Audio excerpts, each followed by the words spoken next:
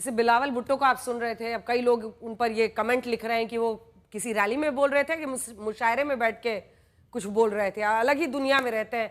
वैसे ऐसे ऊपर क्या हंसा जाए जिसने अपनी माँ को आतंकवाद की वजह से खोया, वो भी आज सच्चाई नहीं देख रहा है, उससे मुंह मोड़ रहा है। लेकिन चैलेंज हमारे सामने है। गौरव भाटिया राष्ट्रीय प्रवक्ता बीजेपी के हमारे साथ जुड़ गए, अभय दुबे जी जुड़ गए प्रवक्ता कांग्रेस पार्टी के, आशुतोष जी हमारे साथ कुछ देर में जुड़ेंगे, संगीत रागी जी स्टूडियो में है, बारिश पठान प्रवक्ता एआईएमआईएम के हमारे सामने है। गौरव जी, चैलेंज हमारे सामने है क्योंकि अगर ट्रंप और पाकिस्तान का, ट्रंप मुनीर का ये नापाक गठजोड़ बन रहा है, इससे बड़ा चैलेंज इंडिया के लिए हो नहीं सकता है। मेरा प्रश्न आपसे यह है, कहते हैं एक तरफ कुआं एक तरफ खाई, लेकिन एक तरफ अमेरिका है एक तरफ चीन। हम ब्रिक्स के सहारे जिस स्ट्रैटेजी को बनाने की कोशिश कर रहे हैं, हम चीन पर कितना भरोसा कर सकते हैं? भारत सरकार इस वक्त स्ट्रैटेजी क्या सोच रही है, डिप्लोमैटिकली ही सही, इसको हैंडल करने की? अंजना जी, सर्वप्रथम तो मैं ये कहना चाहूँगा कि नरेंद्र मोदी जी वो नेतृत्व भारत को प्रदान करते हैं जिसमें भारत आज पूरा विश्व का विश्व बंधु है।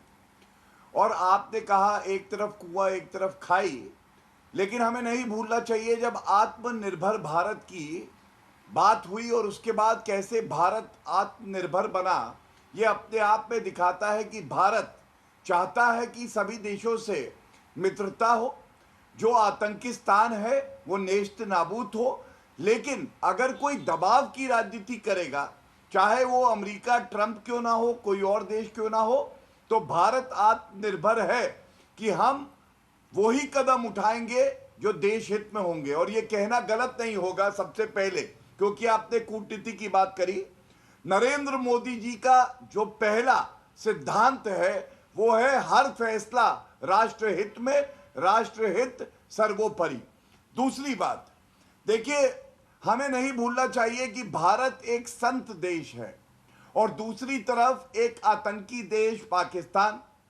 अगर अमेरिका को आतंकियों से रिश्ते बढ़ाने हैं तो वो उनका क्षेत्र अधिकार है, लेकिन ऐसा नहीं है कि भारत के जो मित्र देश हैं उनकी कमी है। हम भी संज्ञान लेंगे और मजबूती से वो करेंगे जो हमारे हित में हो, जिसका उदाहरण मैं आपको देता हूं। देखिए, अमेरिका ने इससे पहले कहा कि S-400 एंटी मिसाइल सिस्टम, जो कि हमारा सुरक्षा कवच बना अभी जब पाकिस्तान ने हमला करने का प्रयास किया, मत लो। लेकिन भारत ने नरेंद्र मोदी जी के नेतृत्व में वो लिया। दूसरा, अमेरिका ने कहा कि आप क्रूड ऑयल मत लीजिए रशिया से, लेकिन भारत ने वो किया जो हमारे हित में है। लेकिन यहां कंफ्यूज्ड कौन है? यहां कंफ्यूज्ड है अमेरिका स्वयं, क्योंकि वो आतंकिस्तान से बात कर रहा है। और मैं जब देख रहा था, जानकारी ले रहा था, तो एक बात मेरे सामने आई। डोनाल्ड ट्रंप ने क्या कहा है पाकिस्तान के बारे में? उन्होंने कहा पाकिस्तान ने अमेरिका को झूठ दिया, एक। दूसरा, उन्होंने कहा पाकिस्तान आतंकियों के लिए सबसे सुरक्षित स्थान है। तो आज सवाल भारत ही नहीं, पूरा विश्व डोनाल्ड ट्रंप से पूछ रहा है कि आप ये बताइए, जिसको आप आतंकिस्तान कहते हैं उससे आप मित्रता बढ़ाना चाहते हैं। तो ये उनसे प्रश्न है। अब दूसरी बात, डिप्लोमेसी में एक बहुत अहम बात होती है कि आपको जो भी बयान देना है, जो भी निर्णय लेने हैं, जो भी दबाव बनाना है, वो कूटनीतिक तरीके से बहुत ही संयम रख के, धैर्य रख के करना होता है। भारत वो ही कर रहा है। अगर अमेरिका हम पे टैरिफ लगाता है तो भारत भी इतना सक्षम है कि हम लोग अमेरिका पे भी दबाव बना सकते हैं। और दूसरे भाग में मैं आपको बताऊंगा, क्या मैं आपको उदाहरण, क्या हम टैरिफ इजाफे की बात सोच रहे हैं? हाँ, मैं आपको उत्तर देता हूं। देखिए, ये सरकार मजबूत सरकार है, वो निर्णय लेगी जो देश हित में होगा। लेकिन अब आपने कहा कैसे, तो मैं भी रिसर्च कर रहा था, मेरे मन में यह सवाल आया इससे पहले, क्या अमेरिका ने इस तरीके से भारत पे टैरिफ लगाया और भारत ने क्या किया? तो मैं आपको उत्तर देता हूं। जब ट्रंप 1 जो 4 साल के लिए राष्ट्रपति रहे, तो ट्रंप ने 2018 से 20 के बीच में स्टील पे 25% जो है टैरिफ लगाया और एल्यूमिनियम पे 10% लगाया। और एक होता है जनरलाइज सिस्टम ऑफ प्रेफरेंस, इसमें भारत था और इसको भारत को हटा दिया था। हमने भी रिटेलिएटरी जो 28 यूएस के गुड्स थे उन पे टैरिफ लगाया और आगे चल के ये हुआ कि स्थिति बेहतर हुई। तो ये मैंने इसीलिए आपको उदाहरण दिया कि अगर वो अपने हित में कोई कार्य करता है, ये उनका विवेक है। भारत आज सक्षम है, हम लोग वो निर्णय लेंगे जो हमारे हित में है। और आप भी जान लीजिए, कोई ऐसा नहीं है कि बाकी देश है वो हमारे साथ जो है ट्रेड नहीं करना चाहेंगे। भारत 4th लार्जेस्ट इकोनॉमी है, फास्टेस्ट ग्रोइंग लार्जर इकोनॉमी में से एक है। क्यों नहीं कोई देश चाहेगा हमारे साथ वो जो है ट्रेड करे। इसलिए हमारा भविष्य सुरक्षित भी है, मजबूत भी है। अमेरिका को देखना है आतंकिस्तान के साथ रह के उनका भविष्य क्या होगा। ठीक है, अभय दुबे जी, ब्रिक्स का मजबूत जोड़ जो है इसमें एक क्लियर शिफ्ट दिखता है, क्योंकि हम बीते दिनों का दिखा रहे हैं कि कौन कौन सा राष्ट्राध्यक्ष ब्रिक्स देशों का आपस में बातचीत कर रहा है। अब ऐसे में अगर सरकार कह रही है कि चाहे वो मोबाइल हो, चाहे इलेक्ट्रॉनिक्स हो, फार्मा हो, इन पर तो एक्स्ट्रा टैक्स लगा नहीं है, जितने पे लगा है उसके लिए हम अपना अलग अलग जगहों पर देख रहे हैं। और लोकसभा में अभी अभी ही टैरिफ पर जानकारी दी है। किसान, एमएसएमई उद्योगों का हित हमारी प्राथमिकता है। इसकी वजह से अगर हम ब्रिक्स की तरफ देख रहे हैं तो क्या आपको नहीं लगता है कि एक सेफ मूव है अभी के लिए? कम से कम एक दबाव हमें भी बनाना होगा, ग्लोबल साउथ का जोर हमें भी दिखाना होगा। अंजना जी, आपने बिल्कुल ठीक कहा और मैं अपने साथी दोस्त की इस बात से सहमत हूं कि भारत बहुत मजबूत देश है, मगर उसका वर्तमान नेतृत्व बहुत ही कमजोर है। जब अंजना ओम कश्यप जी ब्रिक्स पर चर्चा कर रही हैं, तब एलेक्सी ओवरचुक, जो रूस के उप प्रधानमंत्री हैं, वो बयान देते हैं कि हाँ, पाकिस्तान ने ब्रिक्स नेशन की स्थायी सदस्यता के लिए आवेदन किया है और हम प्रफुल्लित होकर कहते हैं कि हम उसका भरपूर समर्थन करेंगे। तो चीन और रशिया पाकिस्तान की ब्रिक्स में स्थायी सदस्यता की पैरवी कर रहे हैं। इन परिस्थितियों के बावजूद कितनी दुर्भाग्यपूर्ण बात है। आपने बिल्कुल ठीक कहा कि खासकर साउथ एशिया में जियोपॉलिटिक्स पूरी शिफ्ट हो गई। चाइना के राइज से अमेरिका चिंतित हुआ और पूरी की पूरी जियोपॉलिटिक्स वो शिफ्ट हुई ग्लोबल साउथ। लेकिन भारत कहां है? प्रधानमंत्री नरेंद्र मोदी जी की जियोपॉलिटिक्स क्या है? उन्होंने साउथ एशिया को छोड़कर यह नेतृत्व भाग गया। सार्क नेशन जो हमारी बुनियाद थी, जो हमारा बेसिस था, उसकी 2016 के बाद हमने कोई मीटिंग अटेंड नहीं की, उसको डस्टबिन में डाल दिया। और ब्रिक्स का मैंने उदाहरण दिया। आज चीन का 152 देशों के साथ रोड और बेल्ट इनिशिएटिव है, 31% मैन्युफैक्चरिंग उसका है। तो हमको अमेरिका ने क्या कहा कि चूंकि चीन का ट्रेड आपके इंडियन ओशन की तरफ से जाता है $3 ट्रिलियन का, तो आप नेट सिक्योरिटी प्रोवाइडर बन जाइए। हम क्वाड में शामिल हो गए। वहां रशिया और चीन का जो अलाइनमेंट था, आहिस्ता आहिस्ता हम किसी भी अलाइनमेंट के साथ नहीं आए। दुर्भाग्यपूर्ण बात यह है 193 देश हैं, एक ने भी पाकिस्तान के खिलाफ किसी ने खुलकर तो दूर वक्तव्य तक नहीं दिया इस आतंकवाद की घटना में। अब उसके उल्टा अमेरिका का समर्थन उसको हासिल हो गया। आज जो ये आप बात कह रही थी, आसिफ मुनीर का बयान, अभी हमारे थल सेना अध्यक्ष ने कहा है और मैंने आपके पिछले प्रोग्राम में ये बात कही थी कि युद्ध जल्दी होगा। दूसरा, और इलेक्ट्रॉनिक वॉरफेयर की कमजोरियां जो हमारी अभी सामने आई है उसको दुरुस्त करें। हमारे जितनी रिफाइनरीज हैं, हमारे जितने स्ट्रेटेजिक एरिया हैं, उनकी सेफ्टी के लिए अभी से सरकार को काम करना पड़ेगा। आज पूरी दुनिया ये देख रही है कि भारत कहां खड़ा हुआ है। मुझे एक बात बताइए आप कि जो जीएसपी का इन्होंने कहा, जनरलाइज सिस्टम ऑफ प्रेफरेंस से अमेरिका ने बाहर किया, कितने आइटम? 1000 आइटम 70 के दशक से हम ड्यूटी फ्री एक्सपोर्ट करते थे अमेरिका को। जब प्रधानमंत्री जी ट्रंप से गले मिले उसके एक दिन पहले उन्होंने प्रेस कॉन्फ्रेंस ली, सरकार ने ट्रंप की। ठीक है। पहली ट्रंप की सरकार ने कि India and China are eating our lunch, और वो पेरिस कन्वेंशन से बाहर हो गए। हमारे नागरिकों को हाथों में हथकड़ियां और बेड़ियां लगाई, लेकिन ये मौन रहे क्योंकि इनको केमिस्ट्री दिख रही थी। ये कह रहे थे कि देखिए प्रधानमंत्री जी कैसे शी जिनपिंग के साथ झूला झूलते हैं, देखिए प्रधानमंत्री जी ट्रंप से कैसे गले मिलते हैं। अरे केमिस्ट्री के पीछे जो भारत का मैथमेटिक्स था वो कहां सफल हुआ? आज ये पूरा देश आपसे पूछ रहा है, कहां लाकर खड़ा कर दिया हमको। एक छोटा सा देश पाकिस्तान, और ये युद्ध होगा अंजना जी तो याद रखिएगा, ये सिंगल फ्रंट रीइंफोर्समेंट का युद्ध होगा। चाइना उसके पीछे खड़ा हुआ है। जितने आतंकी घटनाएं हमारी हो रही कश्मीर में, सारे वेपन, सारे ग्रेनेड्स चाइनीज मिल रहे हैं। आपको क्या लगता है कौन साथ देगा हमारा? क्या रशिया हमारे साथ है? गौरव जी, इसका एक छोटा सा जवाब दीजिए, फिर मैं अन्य मेहमानों के पास जाऊंगा। इक्विवेलेंस पे कहा पाकिस्तान। मैंने पहला ही सवाल अभय दुबे जी यही पूछा था कि एक तरफ अगर कुआं एक तरफ खाई है तो एक तरफ अमेरिका एक तरफ चीन है, अब ये स्थिति हो गई है। गौरव जी, इसका छोटा सा जवाब, फिर मैं अन्य मेहमानों के पास जाऊंगा। धन्यवाद। मैं दो बातें कहूंगा उत्तर में। सबसे पहले देखिए, जैसे ट्रंप कंफ्यूज्ड है वैसे कांग्रेस कंफ्यूज्ड है। और क्यों? देखिए, राहुल गांधी जी ने कहा कि हमारे देश को स्पष्टता से यह कहना चाहिए कि Donald Trump is a liar. और उसके बाद जब डोनाल्ड ट्रंप ने कहा भारत की अर्थव्यवस्था तो मरी हुई है, तो राहुल गांधी बोले ये भी ठीक कह रहे हैं। तो हमारे देश में कंफ्यूज्ड कमजोर कड़ी कौन है? कांग्रेस पार्टी है। और दूसरी बात, अभी तक राहुल गांधी कहते थे और सारे कांग्रेसी प्रवक्ता कि ये जो हमारा ऑपरेशन सिंदूर है जो अभी भी चल रहा है, ये रुकवाया ट्रंप ने, क्योंकि ट्रेड करना था, दबाव है। अब अगर दबाव इतना था तो फिर टैरिफ क्यों लगा? इसका मतलब हमारा मजबूत देश है, हम किसी के दबाव में नहीं आते, हम तो दबाव देते हैं।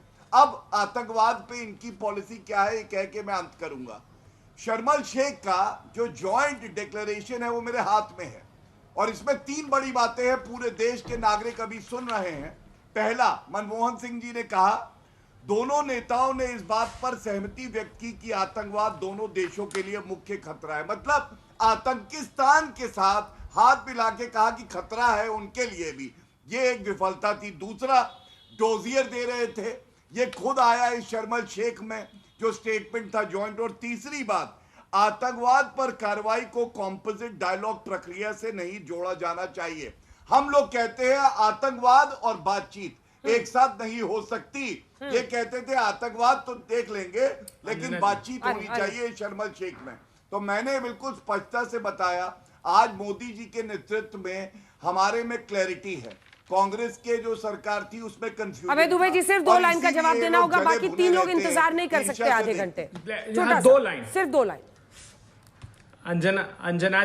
अंजना जी, इसके बाद ही तो प्रधानमंत्री जी केक काटने गए। इसके बाद ही आईएसआई को पठानकोट बुला लिया जांच के लिए। शर्मनाक बात नहीं है? एक तरफ यूनाइटेड नेशंस में दस्तावेज लेकर जाकर कहते हो कि संस्थागत रूप से पाकिस्तान शामिल है, और दूसरी तरफ at the start of the operation Pakistan को बताते हो कि हम ये ऑपरेशन करने वाले। तो विश्व क्यों भरोसा करेगा? आपने ऑपरेशन सिंदूर के लिए सारे सांसद भेजे, आपके पड़ोसी मुल्कों तक में नहीं भेजे। और एक मुल्क का बयान बता दीजिए आप जिसमें उन्होंने कहा हो कि पाकिस्तान संस्थागत रूप से आतंकवाद में शामिल है। तो सिर्फ इनकी नीतियां हैं खुद की छवि को चमकाने की और अपनी राजनीतिक सत्ता की भूख मिटाने की। इनका देश इनके लिए प्रथम नहीं है। इनके लिए प्रधानमंत्री की छवि प्रथम है और इनकी सत्ता सिर्फ डोमेस्टिक पॉलिटिक्स ही कर रही है। ये फॉरेन पॉलिसी तो कब से समाप्त कर दी इन्होंने, 2014 के बाद ही। अंजना जी, रागी जी जल्दी से आपके पास आ रहे हैं। जो कमेंट है, मतलब उनका ये कहना है कि मतलब तमाम आरोप उन्होंने लगाए और उसमें सबसे बड़ा आरोप उनका यही है कि आप इस देश में कूटनीति, इस देश की कूटनीति को अच्छा करने के बजाय बिगाड़ चुके हैं। अब मतलब बियॉन्ड रिपेयर हो चुका है। देखिए, मुझे लगता है कि ये बहुत ओवर सिंप्लीफिकेशन ऑफ थिंग्स होगा। आप ब्रिक्स में आपके पास 2 प्रकार के चैलेंजेज है। एक तो आपकी डिफेंस सिक्योरिटी है और दूसरा इकोनॉमिक सिक्योरिटी।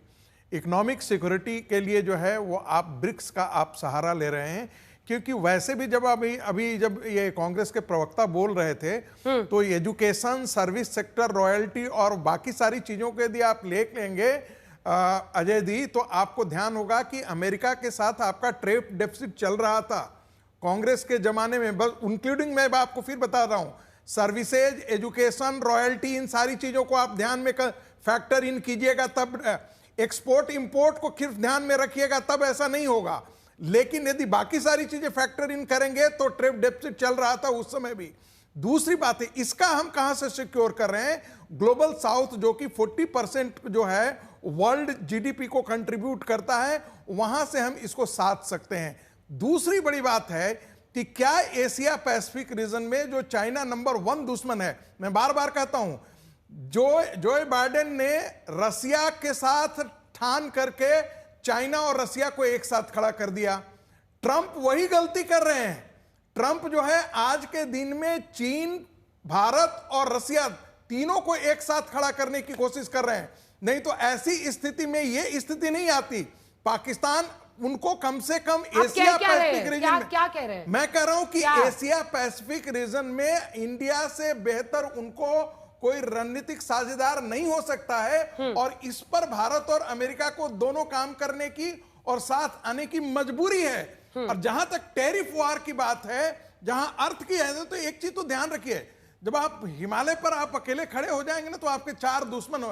हाई टेबल पर आप बैठने की कोशिश करेंगे तो इसमें दो राय नहीं है कि बड़े बड़े देश भी नहीं चाहेंगे। क्या चाहेगा कि जर्मनी, फ्रांस, ब्रिटेन, वो कभी चाहेगा क्या कि भारत उनके बराबर या उनसे बड़ा आकर के खड़ा हो जाए? अमेरिका भी नहीं चाहेगा कि दूसरा चीन आकर के साउथ एशिया में खड़ा हो जाए। तो स्वाभाविक है कि आपको वो दबोचने की कोशिश में करेंगे। उन्होंने टैरिफ वार इसीलिए छेड़ा ताकि आपकी इकोनॉमी को स्क्रैम्बल कर सकें। भारत उसके लिए तैयार नहीं है आज के दिन में। और इसका सबसे बड़ा कारण है कि हम अपने 60% कंजम्पशन तो हम अपने देश में ही करते हैं, बाकी चीजें जो है वो हम अफ्रीका की तरफ। टैरिफ तक बात समझ में आ रही थी साहब, आज बात आगे बढ़ गई है ना। ट्रंप और मुनीर का गठजोड़, देखिए आपको समझ नहीं आ रहा है कि नहीं, मैं समझ रहा हूं। बलूच को लेकर के, बलूचिस्तान को लेकर के, वो एरिया पर पाकिस्तान के अंदर उस एरिया पर तो चाइना की भी नजर है। और चाइना वहां पर अभी तक एंट्री नहीं मार सका है, क्योंकि हर दिन वहां पर ट्रेनें उलटती हैं, हर दिन बम फूटता है। कौन सी एजेंसी वहां पर जाकर के काम करे? अब बीएलए को तो उन्होंने टेररिस्ट ऑर्गेनाइजेशन घोषित कर दिया है। दीजिए, 7 कंपनियां, इंटरनेशनल कंपनियां वहां ऑलरेडी जाकर के सर्वे कर चुकी है और भाग चुकी है वहां से। तो ट्रंप कल आके जाकर के बलूचिस्तान के अंदर ऑयल प्रोड्यूस कर देंगे, तो मुझे इसके लिए शंका है, इस पर शंका दिखाई देती है। आपके नेता को हम लोग सुन रहे थे, वारिस पठान साहब, वो कह रहे कि पॉलिटिकल स्टेटमेंट आना चाहिए। मतलब ये डिप्लोमेसी है या सड़क वाली डॉग फाइट है? ये गली चौराहे पर हैदराबाद में खड़ा होकर भाषण देने से अलग चीज होती है ना। ये डिप्लोमेसी है, किसी देश को जबरदस्ती दुश्मन देश बना लिया जाए। डिप्लोमेसी में हर देश अपने अपने तरीके से अपने कंट्री को लेकर और प्रोटेक्शनिज्म की तरफ बढ़ता चला जा रहा है। ऐसे में सबको सोच समझ के कदम उठाना है कि बस माइक लिया और हैदराबाद की गली में खड़े हो गए, शुरू कर दिया गाली देना। हाँ, ये अंजना जी, ये मेरे भारत देश के नेशनल सिक्योरिटी का सवाल है। ये बहुत गंभीर विषय है। आप देखिए, इस विषय के अंदर भारत का जो यूएसए स्ट्रेटेजिक पार्टनर है, उस यूएसए की धरती के ऊपर टाम्पा फ्लोरिडा के अंदर बैठ के पाकिस्तान, जो भारत का सबसे बड़ा दुश्मन है आज की तारीख में, वो बैठ के भारत को धमकी दे रहा है। क्या ये कंडेमनेबल नहीं है? न्यूक्लियर थ्रेट दे रहा है, हमारे जो आर्थिक इंफ्रास्ट्रक्चर है उसको उड़ाने की बात कर रहा है, जामनगर रिफाइनरी के ऊपर अटैक करने की बात कर रहा है। तो क्या भारत को खाली एमईए के जरिए से एक स्टेटमेंट जारी कर देना चाहिए, या मोदी को, अमेरिका को बोलना चाहिए कि तुम्हारी धरती से इस तरह का इंसान हमको धमका रहा है? क्या ये इंटरनेशनल लेवल का मुद्दा नहीं हो जाता है? क्या हमको खामोश रहना चाहिए? बात नंबर 2, बार बार पाकिस्तान बोला जा रहा है कि अब हम यहां अटैक करेंगे, वहां अटैक करेंगे, हमारी तैयारी क्या है? हमको डिफेंस का बजट बढ़ाना है। तो ये कौन सा हैदराबाद की गली में रह के खड़े रह के बोल दिया? उन्होंने तो सबसे समझदारी की बात उन्होंने ये की कि हमको रेडी रहना चाहिए, क्योंकि भारत के हमारी भी मिलिट्री ने कहा कि वॉर हो सकता है, युद्ध हो सकता है, तो हमारी तैयारी क्या है? हमको भी तैयार रहना पड़ेगा और तैयारी के लिए डिफेंस का बजट बढ़ाना पड़ेगा, तब जाके भारत सक्षम होगा उसको उड़ाने के लिए। और जब सीज फायर की बात है, डोनाल्ड ट्रंप तो दोस्त है ना मोदी जी के। उन्होंने तो कहा कि मैंने सीज फायर करा दिया, 30 मरतबा बोल दिया हो, लेकिन यहां से वो 56 इंच दिख रही है ना, हमको लाल आंख दिख रही है। तो इसको आप क्या कहेंगे? अरे डिप्लोमेटिकली भारत जाए, हम ये नहीं बोलते। देखिए, इस विषय में पूरा एक भारत की सरकार, आप जो ये गैर जिम्मेदाराना बातें कर रहे हैं ना, उसके लिए आपको वाकई बहुत दिन से आप कर रहे हैं, माफी मांगनी चाहिए।